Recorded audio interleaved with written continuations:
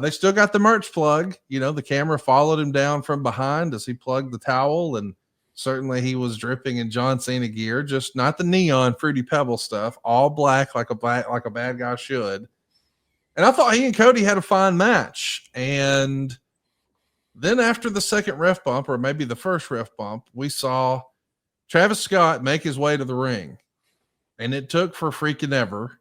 And I felt like it took more than a suspension of disbelief to imagine that Cody and John Cena just sat there. I think Travis maybe put them in a bad spot.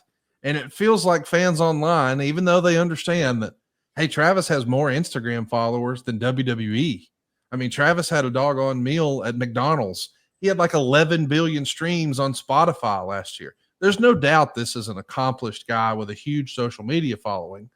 But I think wrestling fans would have liked for there to have been a larger emphasis on the historical significance of this being John Cena's last WrestleMania, him beating Ric Flair's record. Now he's a 17-time world champion. And I think a lot of people feel disappointed that The Rock wasn't there.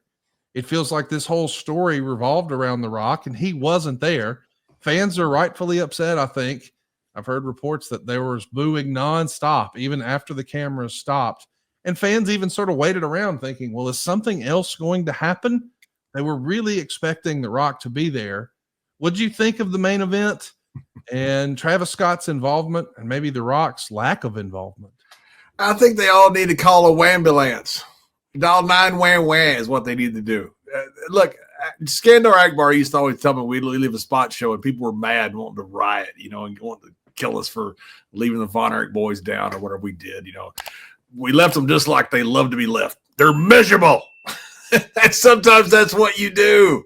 If you're booking it like the fans want to book it, you're going to have a feel-good moment. Now, I'm not taking shots at the fans. I'm just telling you what my perspective of the business.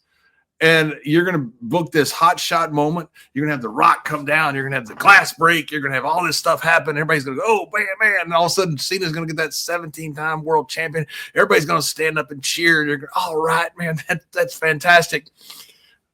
That's not episodic. That's a culmination. That's a final is what that is. That's a finale. It's tough to follow that. Instead, you do something where fans are pissed off. That's the wrestling business. And now they're going to – I had a fan tell me one time, Killer Tim Brooks can't wrestle at all. I hate that guy.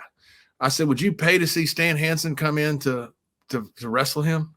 And he goes, oh, my God, I'd pay double. I go, you're right. He can't work at all. Yes. That's, to me, how you leave the fans. And that's a hard thing to do. But that, in my opinion, is how they were trying to leave him. And I thought they did. And now if you want to bring The Rock in, now if you want to put the bells and whistles, now it becomes different. You want to make Cena into a heel, not this celebrated 17-time world champion that's the greatest of all time and all the accolades that should go with him. You don't want that. You want people mad that this guy won. And that's what happened. So I thought that I thought the finish was actually pretty good. John Cena had a little fun afterwards at the post-match presser saying that all the questions were for clickbait and in bad faith and they needed to do better and it was sloppy, lazy journalism. I thought it was fun. He says he's here to ruin wrestling, and tune in tonight to Monday Night Raw to hear how he's going to ruin wrestling. And I can only imagine that means that you're going to be back full-time working every match against the Luchadors. I mean, what is the plan to ruin wrestling, John?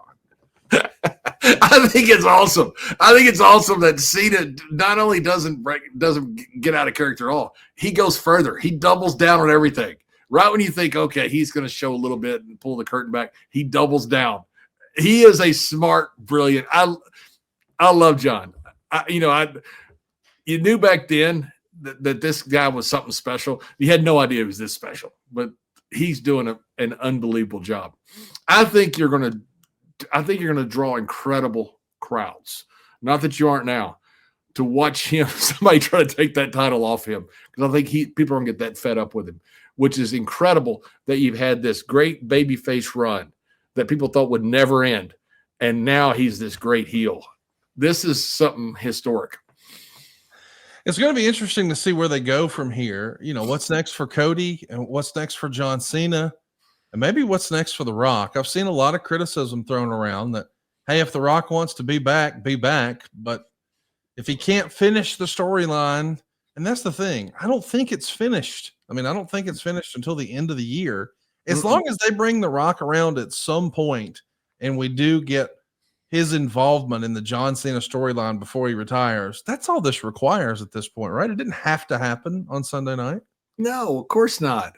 Look, if fans book The Walking Dead, they kill the governor in the first episode. Wow. He doesn't last 2 seasons because you want him dead. Hey, man, I'd rather just have him dead. I want that guy around for 2 seasons. Yeah, you had one of the biggest drawing shows of all time because of that guy. You wanted him dead. You wanted him dead in a magnificent way, just like the Battle of the Bastards, Game of Thrones. You want him dead in a magnificent way. You don't show up when the fans want you to. You show up when you lead the fans, not them lead you. And, sometimes it's done right. Sometimes it's done wrong. But that's the way it works best. It always has. And I think that's what they're doing right now. Right or wrong, I think that's what they're doing. John Cena was on the Pat McAfee show this morning, and he says, I'm going to make wrestling start over. That championship is coming home with me. I will be the last undisputed WWE champion, period. So they're going to have to make a new title.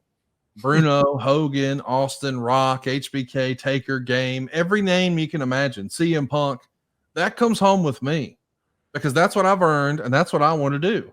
I want to write history, and I'm going to put my stamp on the business by taking that piece of business home with me. We all talk about this new era, and we talk about how the business is changing. Well, I'm taking the last piece of tradition and the business home with me, and you guys can figure out how to settle the dust when I'm gone, period. Now, that could be interesting. Taking the belt home, I don't think a lot of people imagined that that's where this is going. We know that he's got a lot of Hollywood obligations, but sign me up for being really curious about John Cena's promo tonight. Yeah, and that's why, Conrad, when we talk about what happened last night, well, I think it's fine. I don't know what they have planned, but they have something planned. I mean, you've got some incredibly smart guys here. You got Triple H, who's I think is doing a wonderful job, and John Cena, who I think is just as brilliant. You've got and Bruce Prichard up there. You've got some guys that are really smart guys figuring out the angle of the last several decades. I mean, this is something that you can't replicate this. You can't replicate a career of a 16-time world champion winning his 17th world championship, and for the first time since he won that first championship, turning heel. You can't replicate that. You can't build that over a 6-month period. You can't build that out of people coming into NXT and saying, okay, we're gonna make this guy into that. That happens, and when it happens, it's something that's once in a generation or more. I think this is going to be an incredible run for WWE. There's not arenas big enough to hold the crowds that they could have for the matches that's going to come up with John Cena. Of course, we knew it was a joke and it was tongue-in-cheek, but it made me laugh. Did you see where people were saying online, Tony Khan has the potential to do the funniest thing ever? And they posted a Photoshop picture of Ric Flair wearing the AEW title. I don't know why, but it made me laugh out loud, the idea that, oh, yeah, we'll show you. I didn't see that. That's wonderful. That's actually fantastic.